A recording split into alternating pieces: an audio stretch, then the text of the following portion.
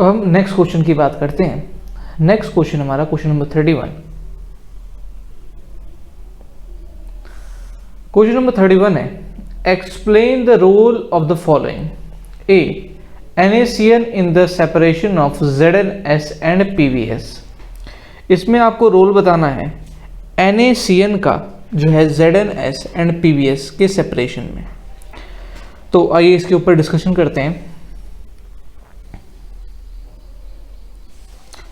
ये हो जाएगा question number 31 and question number 31 का ये हो जाएगा पार्ट ए। अगर हम बात करें NaCN की, तो NaCN का इस्तेमाल PbS एंड ZnS की सेपरेशन में किया जाता है। ये एज अ डिप्रेसेंट एक्ट करता है। इसका काम होता है कि ये आपका जो है ZnS के साथ रिएक्ट करने के बाद कॉम्प्लेक्स का फॉर्मेशन करेगा।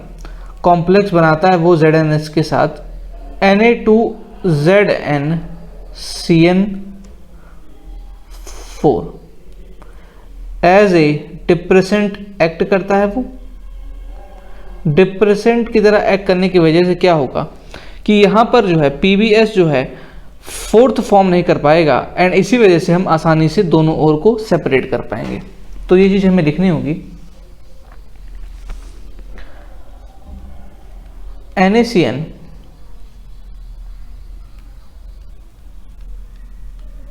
prevents ZnS from forming the froth by reacting with it to form complex Na2ZnCN4 and acts as a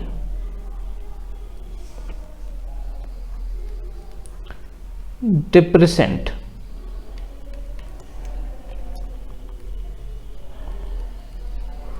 while it does not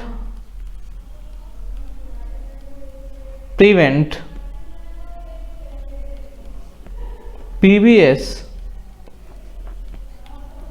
from forming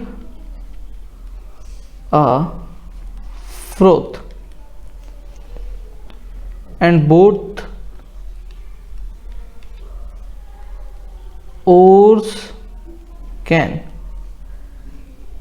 easily be separated।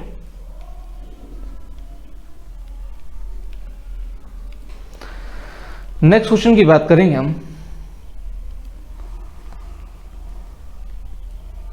Next है इसी का part B, SiO2 in the metallurgy of Cu containing Fe as impurity। Silica का metallurgy of copper में इस्तेमाल जब हम उसमें iron impurity की तरह एक्ट करता है। तो आइए इस क्वेश्चन के ऊपर डिस्कशन करते हैं। ये हो जाएगा हमारा 31 का पार्ट बी।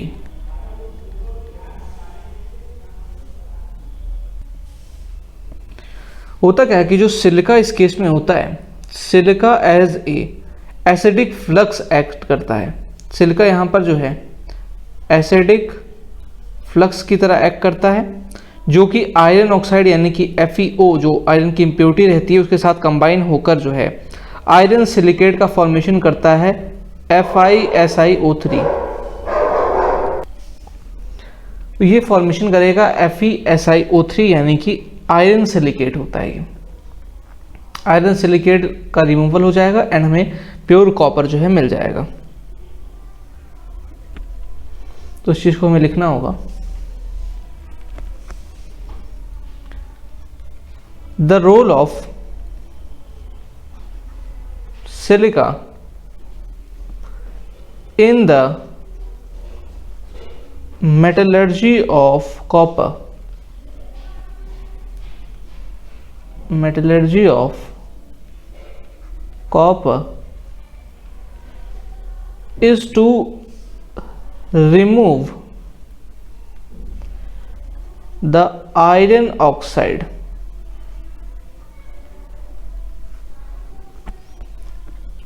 obtained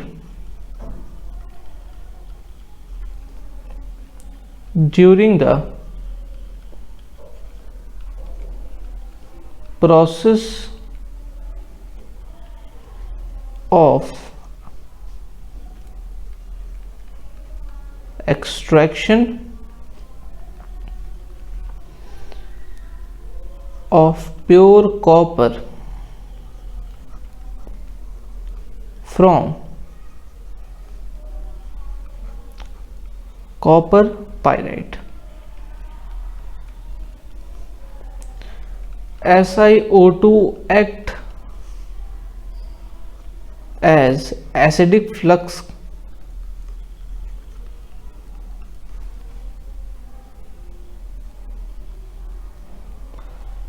which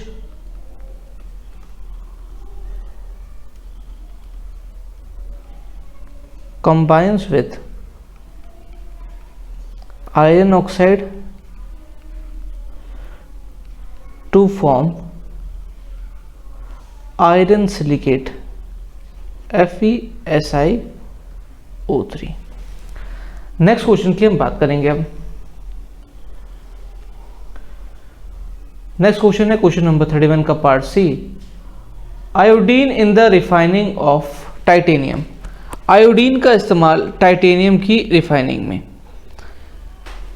आइए इसके ऊपर डिस्कशन करते हैं।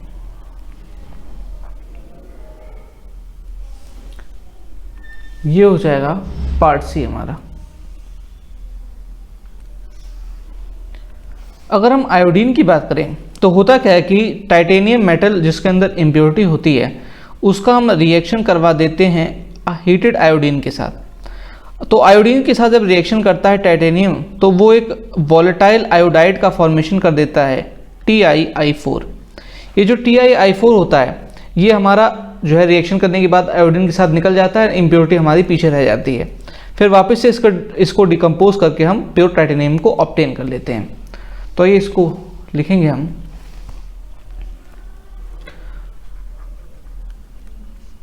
when heated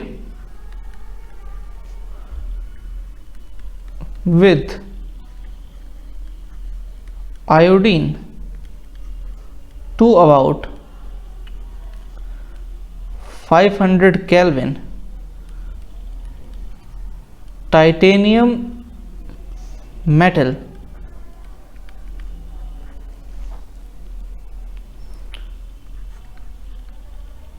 forms a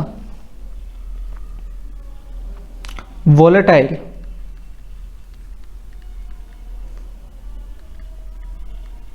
iodide TiI4, leaving behind the impurities.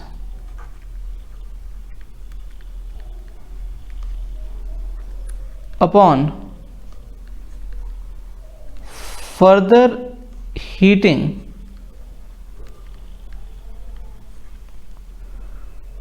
to 1200 Kelvin, TiI4 decompose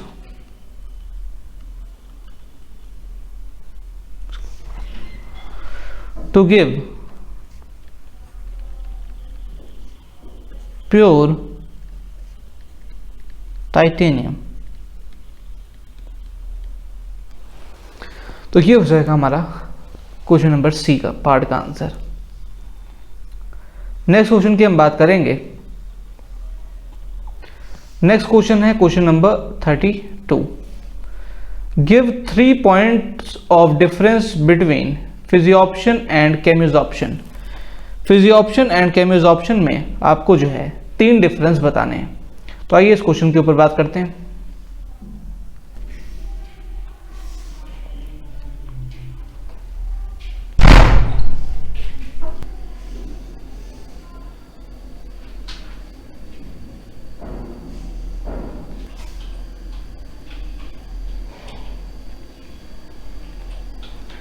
ये बात होगी हमारी क्वेश्चन नंबर 32 की। तो एक साइड में हम जो है फिजियोप्शन लिख लेते हैं। फिजियोप्शन को हम फिजिकल अब्जॉर्प्शन के नाम से भी जानते हैं, फिजिकल एब्जॉर्प्शन, एंड केमिजॉर्प्शन को केमिकल एब्जॉर्प्शन के नाम से जानते हैं।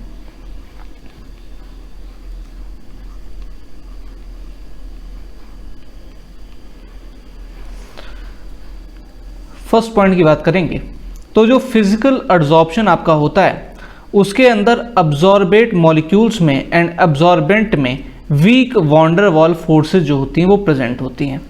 तो पहला पॉइंट ये हो जाएगा हमारा, weak van der Waals forces are present between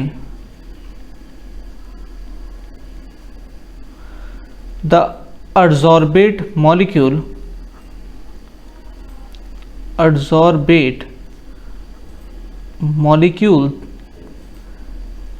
and the adsorbent। अगर हम बात करेंगे केमिकल एब्जॉर्प्शन की तो केमिकल एब्जॉर्प्शन में स्ट्रॉन्ग केमिकल फोर्सेस प्रेजेंट होती हैं एंड एक टाइप का केमिकल बॉन्ड प्रेजेंट हो जाता है एब्जॉर्बेट मॉलिक्यूल्स में एंड एब्जॉर्बेंट में। तो इसका ये आपका फर्स्ट पॉइंट हो जाएगा।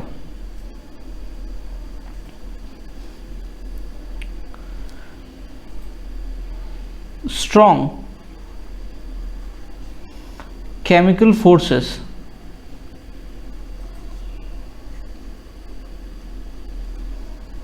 similar to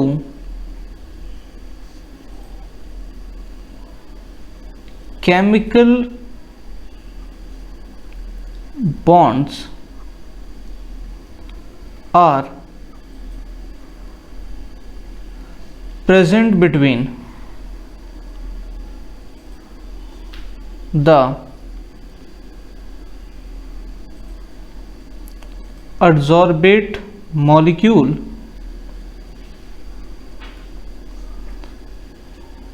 and the adsorbent।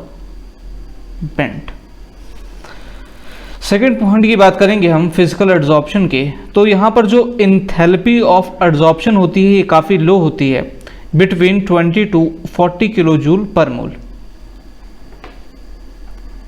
The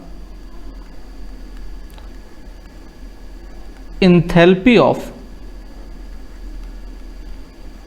adsorption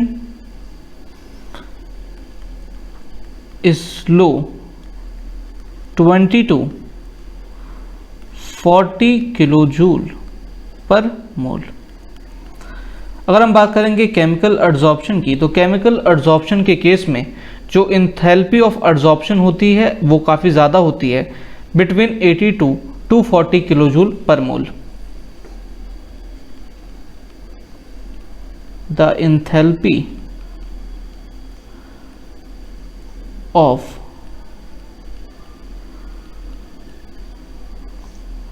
adsorption is high, 80 to 240 kilojoule पर मोल।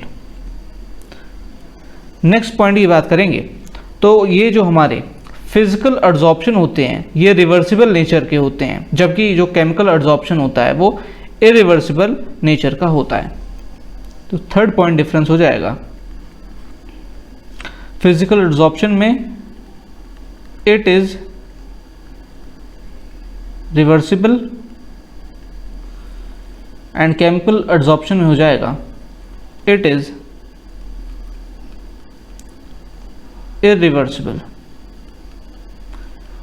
इसके अलावा भी जो है एक डिफरेंस आप और लिख सकते हैं, फोर्थ पॉइंट का डिफरेंस हो जाएगा कि जो फिजिकल एब्जॉर्प्शन होते हैं ये हमारे मल्टी मॉलिक्यूलर लेयर्स का फॉर्मेशन करते हैं, जबकि जो केमिकल एब्जॉर्प्शन होता है वो केवल यूनिमॉलिक्यूलर लेयर का फॉर्मेशन होता है। तो इसको लिख सकते हैं, फिजिकल एब्जॉर्प्शन में it forms multi molecular layers, and fourth point इसमें हो जाएगा केमिकल एड्सॉर्प्शन में it forms unimolecular layer. Next question की बात करेंगे हम।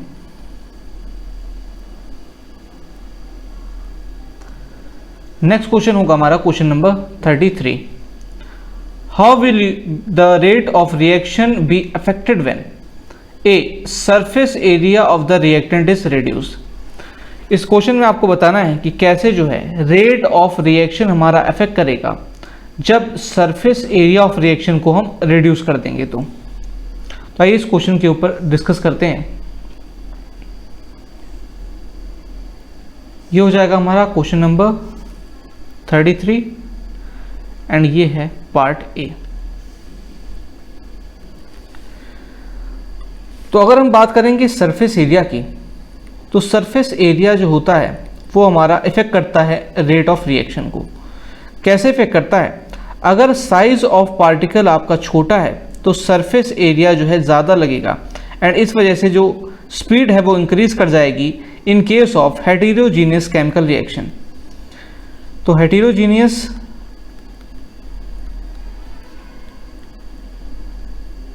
केमिकल रिएक्शंस के केस में अगर आपका सरफेस एरिया जो है वो साइज ऑफ पार्टिकल छोटा है तो सरफेस एरिया ज़्यादा लगेगा, इस वजह से जो है स्पीड इंक्रीज कर जाएगी। तो इस बातों को हमें लिखना होगा अब।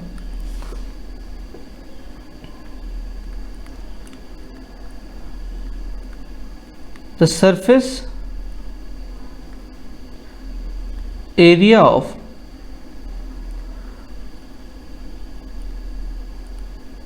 reactants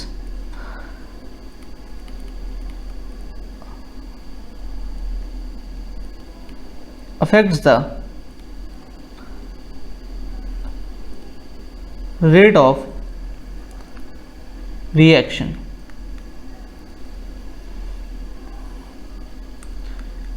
If the size of a particle is small,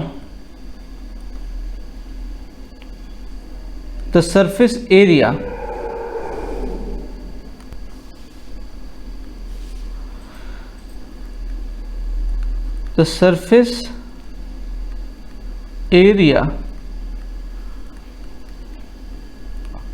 will be more,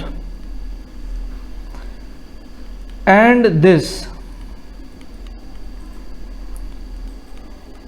increases the speed of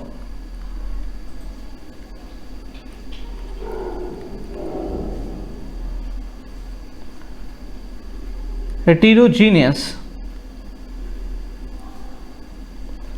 chemical reaction.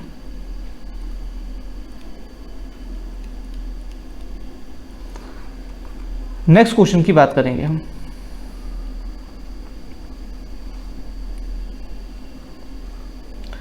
Next है इसी का B part. Catalyst is added in a reversible reaction.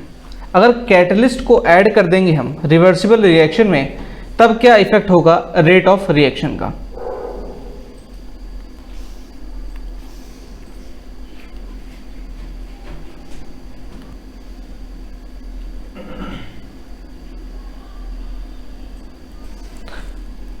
ये हो जाएगा हमारा पार्ट बी। अगर कैटलिस्ट की बात करेंगे तो किसी भी रिवर्सिबल रिएक्शन का मतलब क्या होता है? रिवर्सिबल रिएक्शन में हमारा जो है जो forward and reverse reaction rate होते हैं, forward rate of reaction equal होता है रिवर्स रेट ऑफ रिएक्शन के। इस वजह से हमारा इक्विलिब्रियम जो है अटेन होता है। जब हम कैटलिस्ट को ऐड करते हैं रिएक्शन में तो कैटलिस्ट करता क्या है कि इन दोनों ही रेट ऑफ रिएक्शंस को यानी कि forward and reverse reaction rates को स्पीड अप करने का काम करता है इक्वली। इस वजह से क्या होता है कि हमारा जो इक्विलिब्रियम है वो हमारा फास्टर यानी कि जल्द से जल्द अटेन हो जाता है। तो इन बातों को हमें लिखना होगा। For a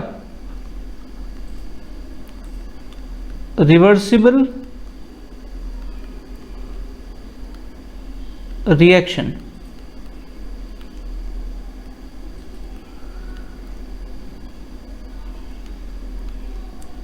the equilibrium state is one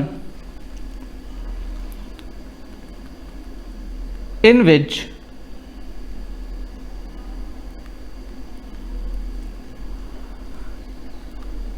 the forward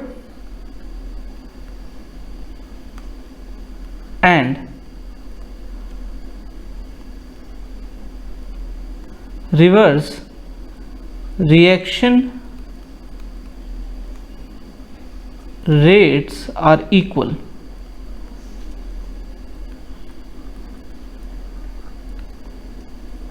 In the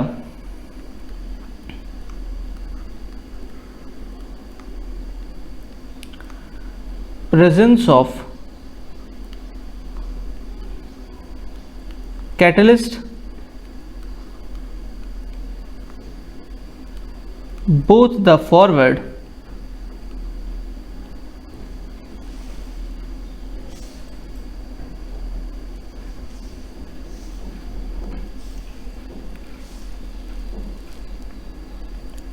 and reverse reaction rates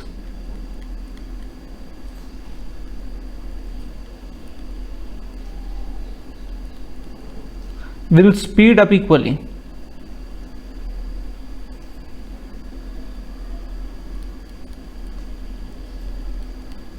Thereby allowing the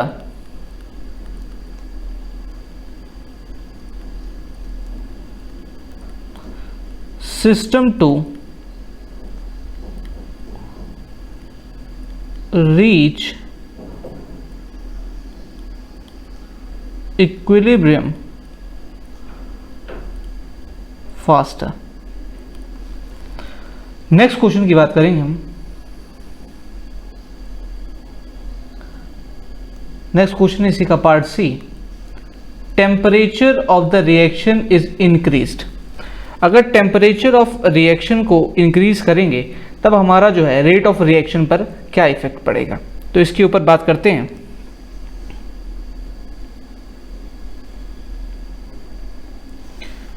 ये हो जाएगा हमारा part C.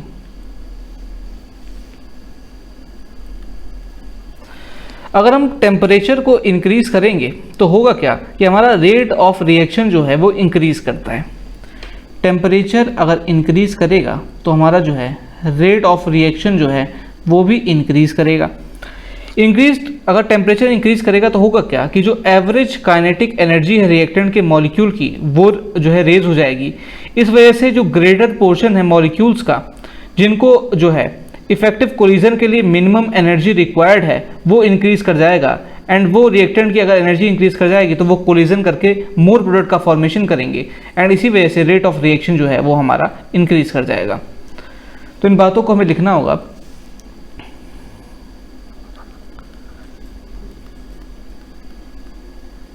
An increase in temperature typically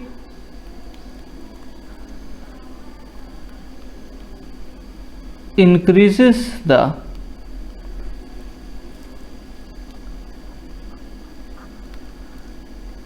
rate of reaction.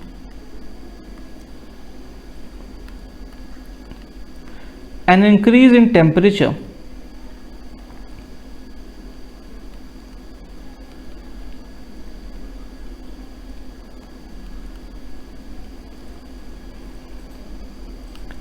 will raise the average kinetic energy of reactant molecule. Average kinetic energy of reactant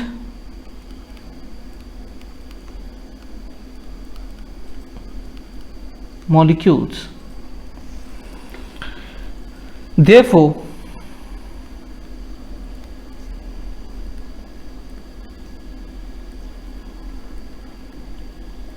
a greater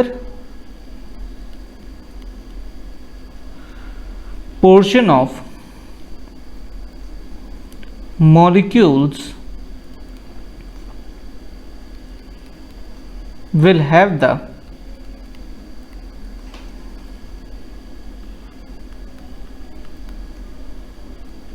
minimum energy necessary for an effective collision.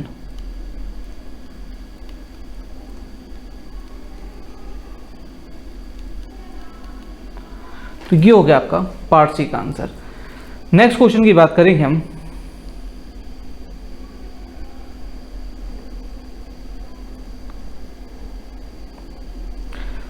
Next question है हमारा question number 34। Calculate the mass of ascorbic acid, molar mass 176 gram per mole, to be dissolve in 75 gram of acetic acid to lower its freezing point by 1.5 degree centigrade. Kf is equal to 3.9 kelvin kilogram per mole. आपको जो है इस question में मास बताना है ascorbic acid का, जो कि रिक्वायर्ड होगा कि हम उसको 75 ग्राम ऑफ एसिडिक एसिड में डिसॉल्व करें, ताकि जो फ्रीजिंग पॉइंट है वो सॉल्यूशन का 1.5 डिग्री सेंटीग्रेड तक गिर जाए। इसके लिए आपको Kf का वैल्यू गिवन है क्वेश्चन में। तो आइए इस क्वेश्चन को डिस्कस करें। ये हो जाएगा हमारा क्वेश्चन नंबर 34।